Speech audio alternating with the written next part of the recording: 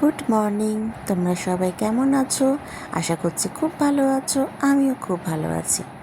সুন্দর একটা সকালের সাথে ভিডিওটা শুরু করলাম। পুরোটা দেখবে, আশা করছি তোমাদের খুব ভালো লাগবে। রোদ ঝলমলে আকাশ। এখন বাজে ঘড়িতে হচ্ছে 6:30। 6:30 কি 6:45 এরকম হবে। তো আমি উঠেছি 6টার সময়। আজকে বাড়িতে একটু লোকজন আসবে, খাওয়া দাওয়া হবে, তাই সকাল সকাল উঠে পড়েছি। চারিদিকে সিন সিনারি দিয়ে আজকে ভিডিওটা শুরু করলাম। তো আমাদের জামাষষ্ঠীতে আজকে এবারে হয়নি আর কি, জামাষষ্ঠী পালন করা হয়নি কিছু কারণের জন্য। তো তার কিছুদিন পর, কয়েকদিন পরই আমরা সেই জামাষষ্ঠী অনুষ্ঠানটা সেলিব্রেট করব আজকে। তাই সকাল সকাল উঠে কাজকর্ম শুরু করে দিয়েছি। আজকে বরের অফিসও আছে, তা আমি সেলিব্রেটটা সকালেই করব। মানে খাওয়া দাওয়ার অনুষ্ঠানটা পর্বটা সকালেই করব। রাতেই সবসময় খাওয়া দাওয়ার অনুষ্ঠান করি, কিন্তু এখন তো ঝড় বৃষ্টি হচ্ছে, তাই রাতে আর রিস্ক নিলাম না। সকালেই ভাবছি সবাইকে খাইয়ে দেবো। সবাই বলতে আমার ননদরা আছে, মাসতুতো ননদরা আছে, আর মামা মামি, মানে মামা শ্বশুর মামি শ্বশুর, এদের ফ্যামিলি। এই 3-4টে ফ্যামিলি আমাদের কাছাকাছি সব থাকি, তাই যে কোনো অনুষ্ঠানে আমরা সবাই একসাথে হই। আমাদের আর বাইরের লোকের দরকার হয় না। তো আজকে যেহেতু বরের অফিস আছে, ও তো কিছু একটা ওকে করে দেবো, ও তো খেয়ে অফিস চলে যাবে। তারপরে আমি বাকি সবাই রান্নাটা করব। তো টিফিনটা করে নিচ্ছি প্রথমেই। সকালে চাটা করে খেয়ে নিয়ে টিফিনটা আগে করে নিই।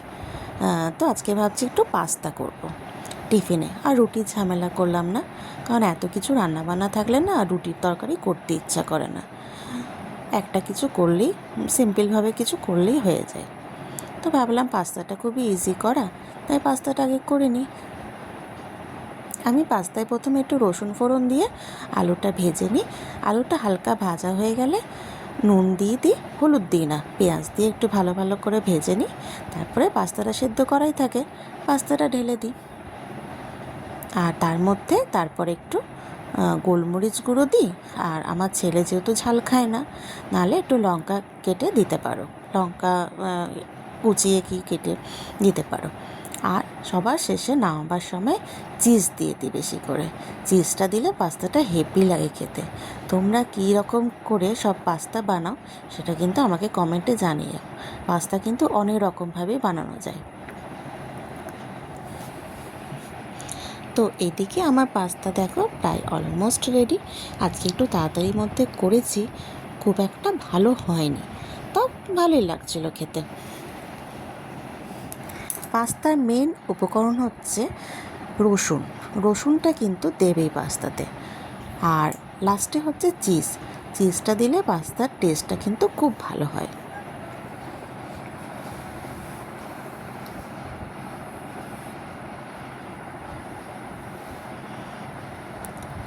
তো দেখো পাস্তা আমার রেডি। আর বরকে শুধু ভাত করে দেবো আর মাছ ভেজে দেবো, আর পাস্তা টিফিনে নিয়ে যাবে।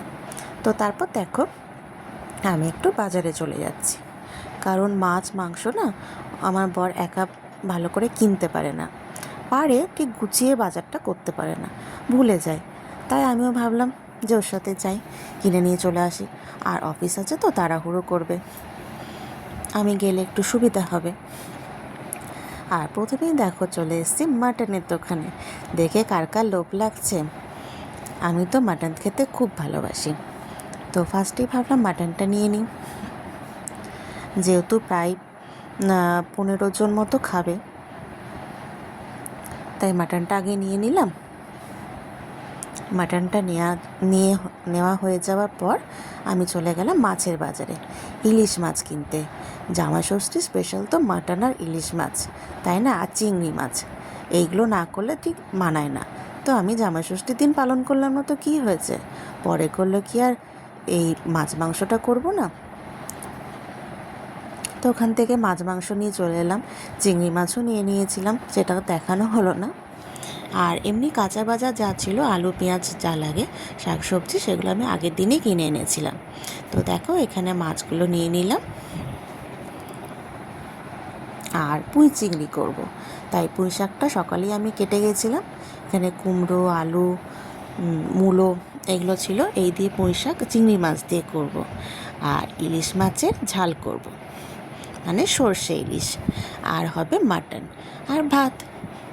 এটাই আজকে মেনু, সিম্পল মেনু। এমনি জামাই ষষ্ঠীর দিন যদি আমি করি, সেদিন আমি আরও অনেক কিছু করি। যেমন হচ্ছে ডাল, 5 রকম ভাজা, পোস্ত, চিংড়ি মাছের মালাইকারি, সর্ষে ইলিশ, মাটন, চাটনি, আর মিষ্টি তো থাকেই। আজকেরও মিষ্টি আছে। তো অনেক রকম করা হয়। আর যেহেতু সেদিন আর করা হচ্ছে না, পরে একটা দিনে পালন করলাম, তাই বেশি কিছু ভাজাভুজি করলাম না, 3টে পদই রান্না করলাম। তো প্রথমেই দেখো আমি পুঁই শাকটা করে নিচ্ছি, পুঁই চিংড়িটা আগে করে নিচ্ছি।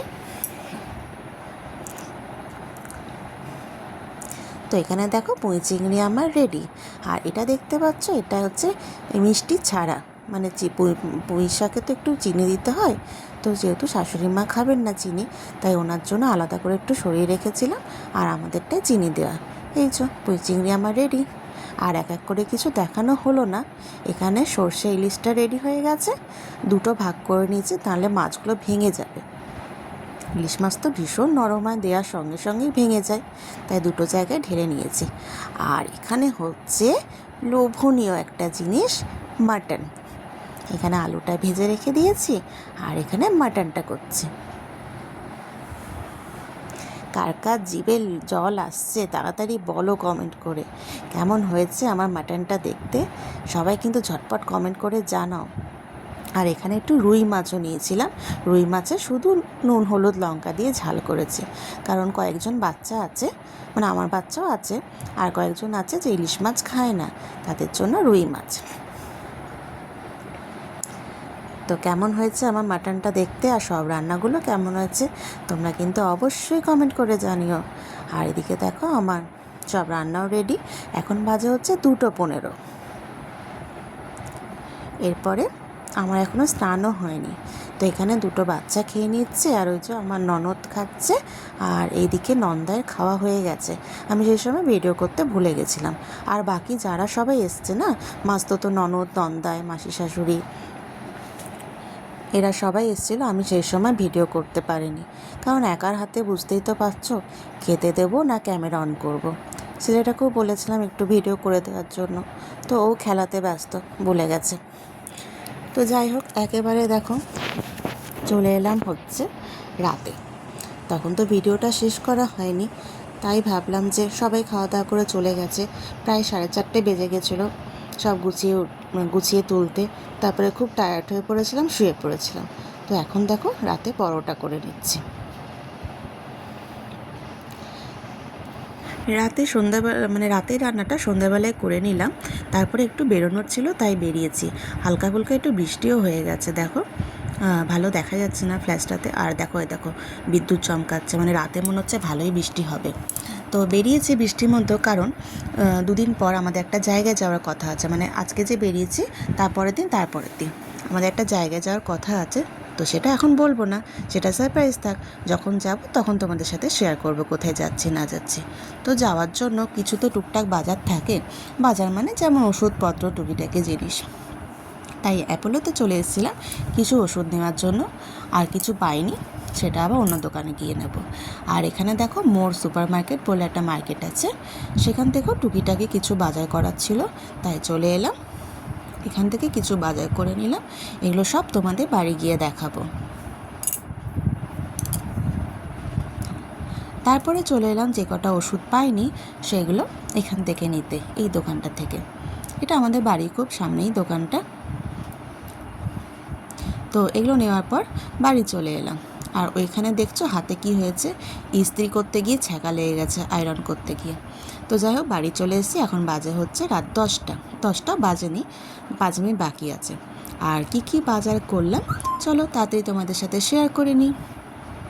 এখানে যেগুলো দেখতে পাচ্ছ এগুলো সব আমার ছেলের, শাশুড়ি মায়ের, আমার বরের 3 জনাকারই ওষুধ আছে।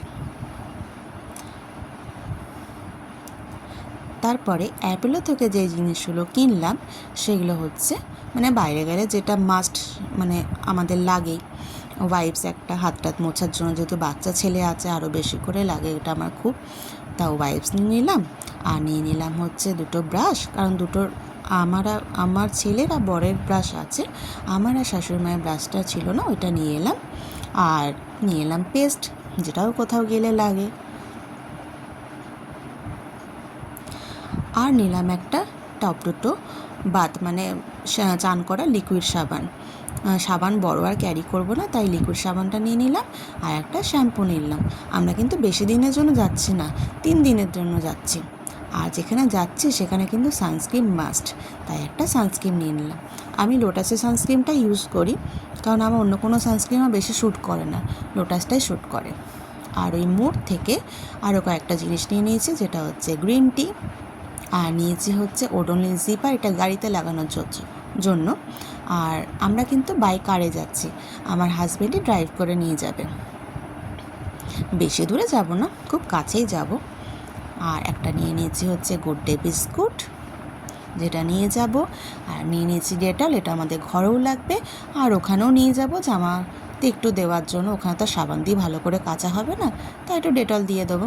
আর একটা চা পাতার প্যাকেট আর ম্যাগি, এগুলো সব বানিয়ে খাওয়া হবে ওখানে, জানো। সকালবেলায় চা টিফিনটা করে বেরোলে ব্যাস, আর নিশ্চিন্তে তারপর তুমি বাইরে যা খাবার খাও। তো এই ছিল আজকের ভিডিও। কেমন লাগলো ভিডিওটা তোমরা কিন্তু অতি অবশ্যই কমেন্ট করে জানাবে। ভালো লাগলে একটা লাইক করে দেবে, শেয়ার করবে। আর আজকের মতো এই পর্যন্তই। আর কোথায় যাচ্ছি না যাচ্ছি সেগুলো বলবো পরের ব্লগে। তো দেখতে থাকো, আমার সাথে থাকো। আজকের মতো টাটা।